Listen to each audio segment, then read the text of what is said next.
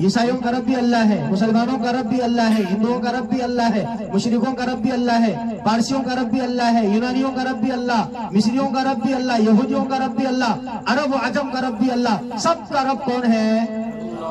پھر ایسے رب کی عبادت نہیں چھوڑنا چاہیے، نہیں چھوڑیں گے نا انشاءاللہ، ایک عبادت بھی نہیں چھوڑیں گے۔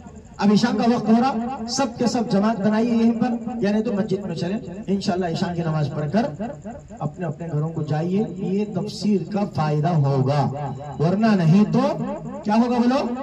کوئی نقصان نہیں، خالی بیٹھ کر سننا، میرا بولنا، دونوں ایک پانی میں چلے جائے، گئی بھینس پانی میں بولتے نہیں ہوتا، کام ہونے کا کوئی فائدہ نہیں ہوتا۔ کریں گے عمل انشاءاللہ۔ الرحمن الرحیم کے سمجھ میں آ گئے نا آپ کو؟